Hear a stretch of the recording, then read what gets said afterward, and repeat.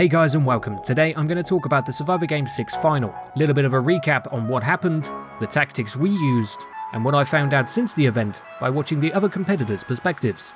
But first off, I want to apologise for the quality of the video, which is taken straight from Twitch, as I completely forgot to locally record with Shadowplay. But now that's out the way, let's talk about tactics. Both myself and Minder talked over tactics as soon as we received the map for Survivor Game 6, going through all three zones and finding the best path that we could possibly have taken. Although not knowing what the other competitors would have taken themselves, it was still a bit of a gamble. As we rushed straight through Zelenogorsk up to the northern barns, we still managed to meet two players, and one of them nearly shot me in the face with a shotgun. They got a gun.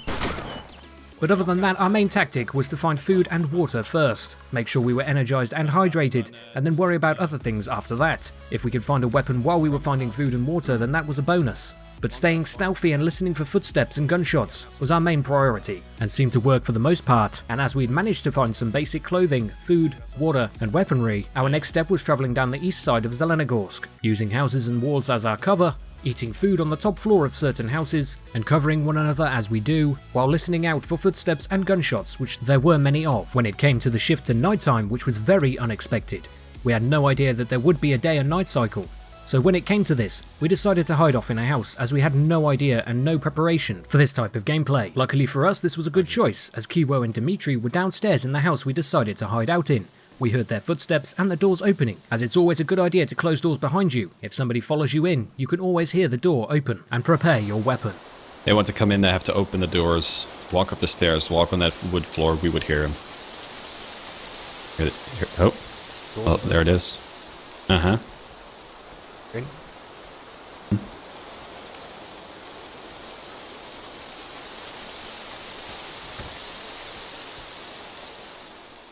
Lucky for them, they didn't think to check upstairs, so they moved on to the next building. During this time, there was a restart and the daytime returned, so we decided to change our tactics up a little bit. As there was a lot of gunfire going on the south end of Zelenogorsk, we decided to head back up north while we still had time, and hide out in a little shed. But as we did have our volume up slightly more than usual, so we could hear those footsteps even better, we heard somebody running around the shed we were hiding in. And again, as always using our audio to an advantage, they had no idea we were inside the shed. As the side door opened, both me and Minder opened fire, taking down one of our fellow competitors. After this, we moved on through the apple orchards, which showed the best cover from our situation and position that we were in. As time for the second zone was closing in, we decided to move from the apple orchards round to the west side of Zelenogorsk and down through to the second zone. As always, keeping in as much cover as we could, via trees and buildings, while spotting players on our journey to zone 2 that had no idea that we were there. But me and Minder would play it safe, not firing off rounds that we would not know would be a definite kill, and risking the chance of giving away our position. As zone 2 commenced, the nighttime started to roll on again. We decided to hold off in a house again during this nighttime period, as this would have been the hardest time for us to go to combat with our competitors. But this is where we met our doom, and our final moments in Survivor Game 6. Now up until this point, looking back, I'm completely happy and satisfied with the tactics we'd used. It got us this far, and it was working pretty well. But as you know, I was armed with the pistol grip shotgun, and from what I was aware, Minder only had one round left in his blaze. And as we entered the building we were going to hold off the night, there were already two competitors holding off upstairs in the house. They were completely unaware of our location. Granted, I did not fully know this until watching their perspectives, Syndicate and Cat. They were completely unaware of our location, both looking out the window at gunfire from across the street. Now if I'm completely honest, I would have put this down to my nerves and my panic, and I raised the weapon and shot way too quickly without taking time to aim. I put 2 shots in both of them, breaking their legs but doing no blood damage from what I could tell. Now I've heard the weapon only does blood damage if it's to the chest or head, and to the legs and arms it does not do blood damage. So I was a little bit disappointed to find this out. From my personal experience in DayZ, this is the first time I've ever seen somebody take 2 shots point blank from a shotgun and survive. Usually when the shotgun's used against me, I'm dead instantly. But that wasn't the only issue at the event.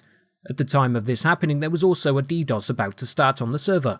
I'm not sure whether it had already started, and that was something that contributed to the issues that we may have had with Syndicate and Cat at the time. But it would explain a lot if they were not in the position they should have been in when I fired. That's no fault of DayZ, that was down to the DDoS if that was the case. Obviously after our deaths there was a lot more issues with the DDoS and it escalated quite badly.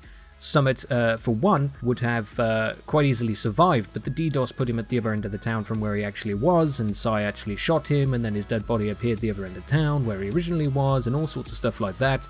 Personally, I think me and Minder did the best we could. Our tactics really worked out to be some of the best we could have done.